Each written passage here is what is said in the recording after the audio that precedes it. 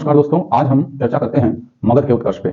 मगध का उत्कर्ष भारत के इतिहास में एक बड़ी महत्वपूर्ण घटना है और हम ये देखते हैं कि महाजनपद काल में मगध जो है एक बहुत शक्तिशाली महाजनपद के रूप में हमको दिखाई देता है और कहीं ना कहीं यही मगध साम्राज्य जो है उत्कर्ष करके आगे मौर्य साम्राज्य की नींव को डालता है। ठीक है, तो इसके उत्कर्ष में या फिर इसके विकास में बहुत सारी भौगोलिक राजनीतिक परिस्थितियां थी जिनकी वजह से इसका विकास हुआ। हम इन्हें देखने का प्रयास करते हैं। ठीक है, मगध का सर्वप्रथम उल्लेख अथर्ववेद में मिलता है। यह एक शक्तिशाली साम्राज्य था जिसके लिए इसकी भौगोलिक तथा राजनीतिक परिस्थितियां जिम्मेदार थी। अगर हम इसको भारत के मैप में देखें तो इसकी लोकेशन इधर है। ठीक है, इसके दक्षिण में अगर हम देखें तो विंध्य पर्वत था, इधर जो है वो गंगा नदी थी। ठीक है, और ये यहाँ पे अंग देश जो कि बाद में मगध में ही मिला लिया जाता है वह खनिज संसाधनों से भरपूर था। ठीक है, तो यहाँ पे बहुत सारी चीजें थी जो इसके उत्कर्ष और विकास के लिए आवश्यक थी। ठीक है, राजनीतिक परिस्थितियां इसमें जिम्मेदार थी। अगर इसकी भौगोलिक परिस्थिति की बात करें तो इसकी जो राजधानी थी, प्राचीन राजधानी राजगृह या गिरिब्रज के नाम से इसको जाना जाता था, यह 5 पहाड़ियों से घिरी हुई थी। ठीक है, अगर पाटलिपुत्र को देखें जो कि बाद में इसकी राजधानी बनती है तो यह गंगा, सोन तथा गंडक नदियों से घिरी हुई थी जो एक तरह से जलदुर्ग का निर्माण करती है और इसके साथ साथ वो एक तरह से नेविगेशन के लिए मतलब जल व्यापार के लिए भी सुविधा प्रोवाइड कराती है। ठीक है, तो इस प्रकार हम देखते हैं कि यह एक जलदुर्ग का भी निर्माण करती है। ठीक है, इसके अलावा इसका जो उपजाऊ जलोढ़ मैदान है, इन नदियों के द्वारा निर्मित जो उपजाऊ जलोढ़ मैदान है वो कहीं ना कहीं मगध के लिए कृषि अधिशेष को देता है जो इसके आर्थिक विकास में सहायक होता है।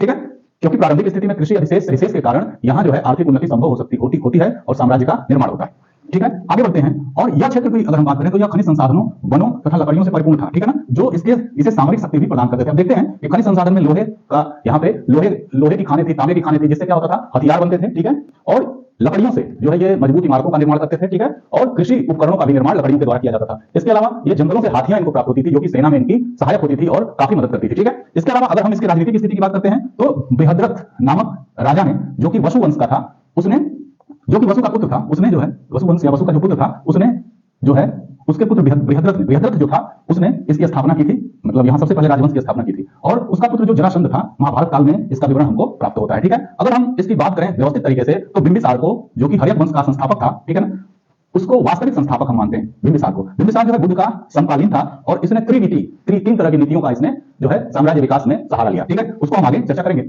नाग दशक जो है इस वंश का अंतिम शासक था। इस वंश को पितृहंता वंश कहते हैं और यह वंश जो है सर्वाधिक समय तक मगध पे शासन करता है। ठीक है, इसके बाद आता है शिशुनाग वंश। नाग दशक की हत्या जो थी वो शिशुनाग जो है कर देता है या इसको गद्दी से हटा देता है और फिर जो है यह शिशुनाग वंश की स्थापना करता है। इसका अंतिम जो शासक था वो नंदीवर्धन था।